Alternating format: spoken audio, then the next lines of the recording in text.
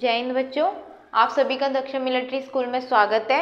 जैसे कि आप जानते हैं अटल आवासीय विद्यालय की परीक्षा नज़दीक आ रही है, इसलिए हमने YouTube चैनल पर फ्री कोर्स स्टार्ट कर रखा है जिसकी टाइमिंग 5 से 7 बजे तक की है। अगर आपके साथ साथ आपके भाई या फिर दोस्त वगैरह भी तैयारी कर रहे हैं, प्लीज़ हमारी वीडियो उनको भी शेयर करिएगा और कमेंट बॉक्स में अपने आंसर साथ के साथ कमेंट करिए चलेगा।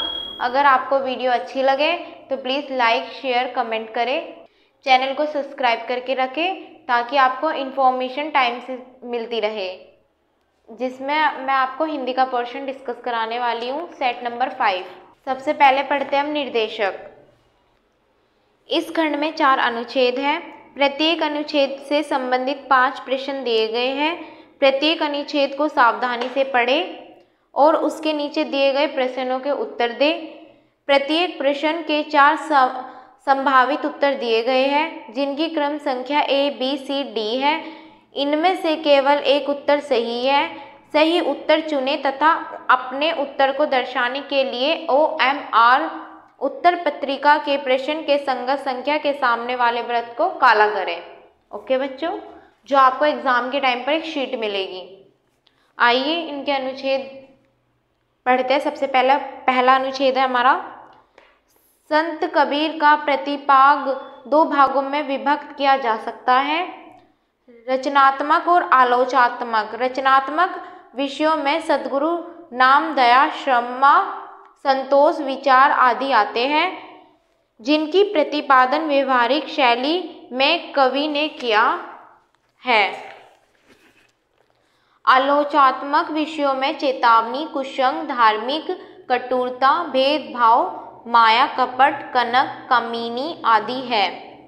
इन विषयों पर विचार व्यक्त करते समय कबीर समाज सुधारक, सामान्यवर्ती, सामान्यकर्ता, पथ प्रदर्शक और आलोचक के रूप में दृष्टिगत होते हैं।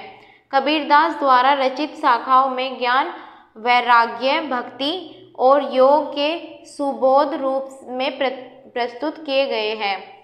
पदों में कबीरदास ने आत्मा, परमात्मा, जीव जगत, भक्त, भगवान और गुरु शिष्य के रूप में रूप को और प्रतीकों द्वारा ललित शैली में अभिव्यक्त किया है।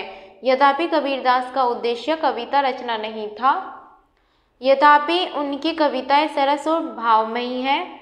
आइए इस अनुच्छेद के क्वेश्चन डिस्कस करते हैं बच्चों, जिसमें कि पहला क्वेश्चन है हमारा 61। कबीर थे ऑप्शन ए आलोचक और रचनाकार, ऑप्शन बी कवि और आलोचक, ऑप्शन सी संत और कवि, ऑप्शन डी समाज सुधारक और आलोचक।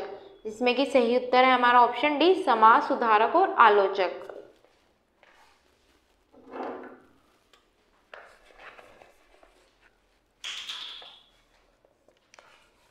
Option D. नेक्स्ट क्वेश्चन पढ़ते हैं बच्चों। कबीरदास का प्रतिपाद्य किन 2 भागों में विभक्त है?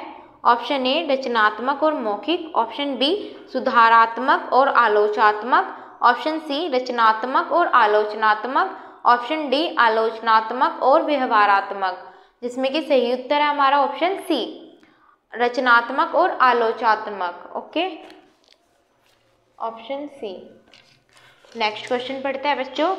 आलोचनात्मक विषयों में कबीर के विचार का विषय है। ऑप्शन ए धार्मिक कटुता, भेदभाव और माया कपट, ऑप्शन बी दया, क्षमा, संतोष और विचार, ऑप्शन सी सतगुरु, नाम, कुसंग और कनक, कमीनी, ऑप्शन डी रहस्यवादी, अत्याधुनिक और भक्ति प्रधान। जिसमें कि सही उत्तर है हमारा ऑप्शन ए, धार्मिक कटुता, भेदभाव और माया कपट, ऑप्शन ए।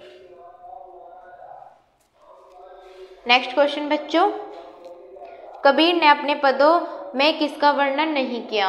ऑप्शन ए नर नारी, ऑप्शन बी आत्मा परमात्मा, ऑप्शन सी जीव जगत, ऑप्शन डी गुरु शिष्य। जिसमें कि सही उत्तर है हमारा ऑप्शन ए, नर नारी। नेक्स्ट क्वेश्चन, कबीर की कविता कैसी है? ऑप्शन ए नीरस और उबाऊ, ऑप्शन बी सरस और भावमयी, ऑप्शन सी कठिन व दुर्होई, ऑप्शन डी कठिन परंतु सरस। जिसमें कि सही उत्तर है हमारा ऑप्शन बी सरस और भावमयी, ऑप्शन बी।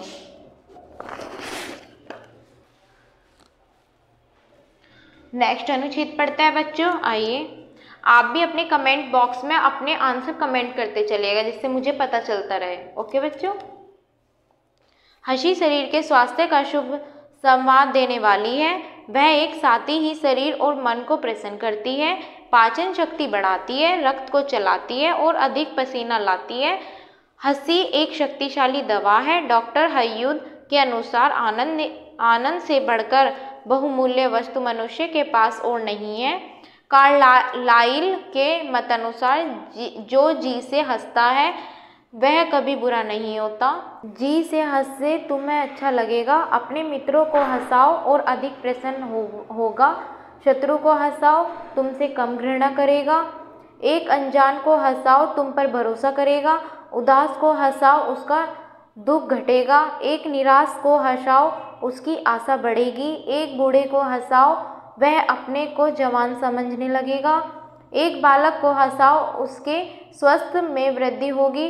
हंसी सबको भली लगती है। जो मनुष्य हंसते नहीं उनसे ईश्वर बचावे।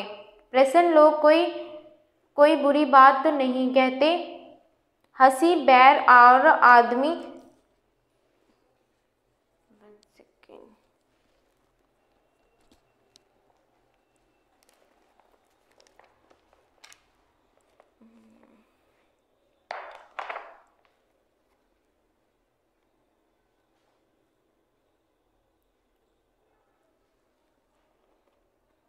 हंसी बैर और बदनामी की शत्रु है और भलाई की सखी है।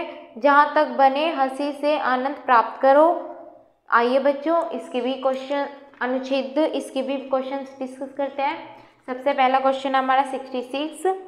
हंसी अच्छो स्वस्थ की संवाद है क्योंकि उससे ऑप्शन ए मन में खुशी बनी रहती है, ऑप्शन बी मनुष्य चुस्त रहता है, ऑप्शन सी मनुष्य हास परिहास में व्यस्त रहता है, ऑप्शन डी एक साथ शरीर और मन दोनों प्रसन्न रहते हैं, जिसमें कि सही उत्तर है हमारा ऑप्शन डी।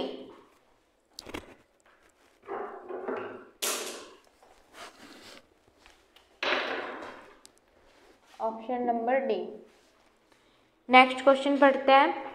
हंसी एक शक्तिशाली दवा होती है क्योंकि उससे ऑप्शन ए शरीर में हल्कापन रहता है, ऑप्शन बी मन प्रसन्न बना रहता है, ऑप्शन सी पाचन शक्ति में वृद्धि के साथ स्वेद प्रक्रिया दुरुस्त रहती है, ऑप्शन डी शरीर और मन दोनों शांत रहते हैं, जिसमें कि इसका ऑप्शन सही है सी, पाचन शक्ति में वृद्धि के साथ स्वेद प्रक्रिया दुरुस्त रहती है, ऑप्शन सी।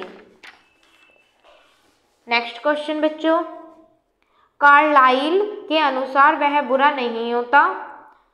ऑप्शन ए कभी नहीं हंसता, ऑप्शन बी हर बात पर हंसता रहता है, ऑप्शन सी जी से हंसता है, ऑप्शन डी मित्र के साथ ही हंसता बोलता है, जिसमें कि सही उत्तर है हमारा option A C. Next question. हंसी किसकी सखी? ऑप्शन ए बद और बदनामी की, ऑप्शन बी भलाई की, ऑप्शन सी मनुष्य की, ऑप्शन डी विनोद की, जिसमें कि सही उत्तर है हमारा ऑप्शन बी भलाई की।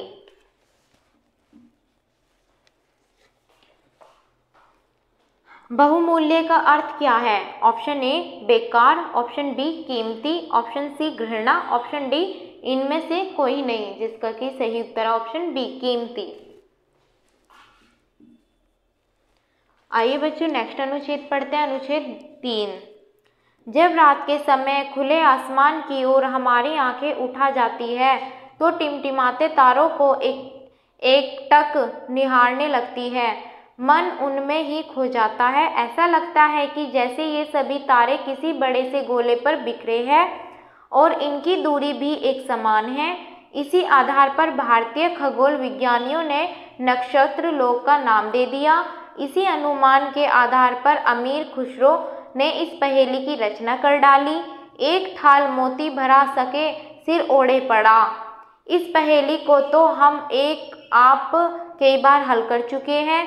आज हम जानते हैं कि उनकी यह बात सही नहीं थी, क्योंकि ना तो कोई गोला है, ना ही सभी तारे के समान दूरी पर है। हाँ, कुछ तारे हमसे बहुत दूर है तो कुछ बहुत पास है। हमारी दृष्टि में सूर्य बड़ा है एवं अत्यधिक प्रकाशमान तारा है, किंतु ऐसा नहीं है। यह तो पृथ्वी के निकट है, इसलिए यह हमें अधिक प्रकाशमान प्रतीत होता है। आकाशगंगा में अनेक तारे सूर्य से कई गुना बड़े हैं। इन्हें महादानव कहा जाता है। एवं जो तारे पृथ्वी तथा बुध ग्रह से छोटे होते हैं उन्हें श्वेत मानव या बौने तारे कहा जाता है। आइए बच्चों, इस अनुच्छेद के भी क्वेश्चन डिस्कस करते हैं, जिसमें कि पहला क्वेश्चन है हमारा 71। गद्यांश में आए पहेली की रचना किसने की? ऑप्शन ए अमीर खुसरे ने, ऑप्शन बी मिर्जा गालिब ने, ऑप्शन सी अहमद फराज ने, ऑप्शन डी मजरूह सुल्तानपुरी ने, जिसमें कि सही ऑप्शन है हमारा ए अमीर खुसरो ने। Next question 72। तारों की दुनिया को भारतीय खगोल विज्ञानियों ने क्या नाम दे दिया? ऑप्शन ए देवलोक, ऑप्शन बी मंदाकिनी, ऑप्शन सी नक्षत्र लोक, ऑप्शन डी पुच्छल, जिसमें कि सही उत्तर है ऑप्शन सी नक्षत्र लोक। नेक्स्ट क्वेश्चन बच्चों, सूर्य कैसा तारा है? ऑप्शन ए लाल, ऑप्शन बी बड़ा एवं अधिक प्रकाशमान, ऑप्शन सी गर्म, ऑप्शन डी शीतल, इसमें कि सही उत्तर है बड़ा एवं अधिक प्रकाशमान, ऑप्शन बी।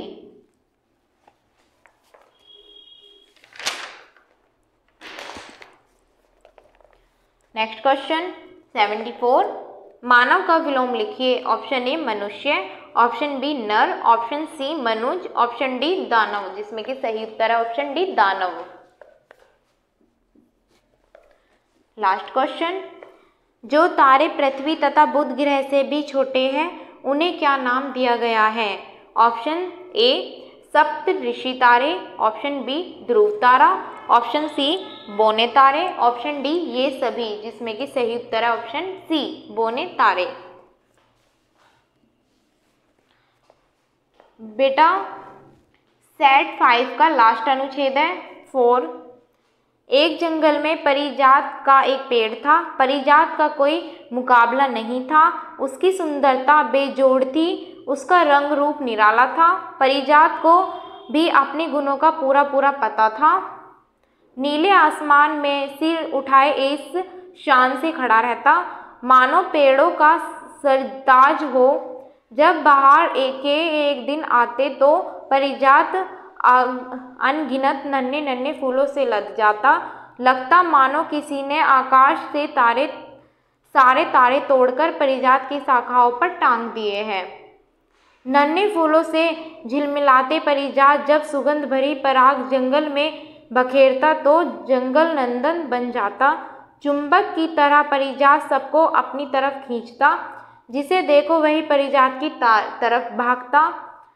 सतरंगी साले ओढ़े चटकीली तितलियां सहेलियों के साथ झुंड का झुंड बनाकर परिजात का श्रृंगार देखने आती तथा जाते जाते फूलों को खींचकर ढेर पराग अपने साथ ले जाती। आइए बच्चों, इस अनुच्छेद के भी क्वेश्चन डिस्कस करते हैं, जिसमें कि पहला ऑप्शन है जंगल में किसका पेड़ था? ऑप्शन ए नीम का, ऑप्शन बी परिजात, ऑप्शन सी पीपल, ऑप्शन डी आम, जिसमें कि सही उत्तर ऑप्शन बी परिजात। नेक्स्ट क्वेश्चन, परिजात अपने आप को स्वयं क्या समझता था?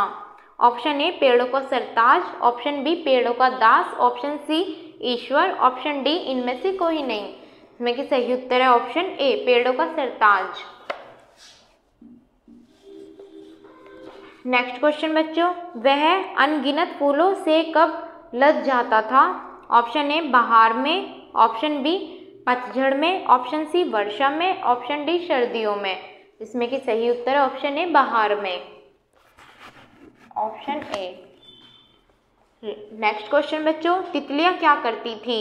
ऑप्शन ए उसके फूलों का पराग ले जाती थी, ऑप्शन बी फूल ले जाती थी, ऑप्शन सी डालों पर गाना गाती थी, ऑप्शन डी कुछ नहीं करती थी, जिसमें कि सही उत्तर है ऑप्शन ए उसके फूलों का पराग ले जाती थी।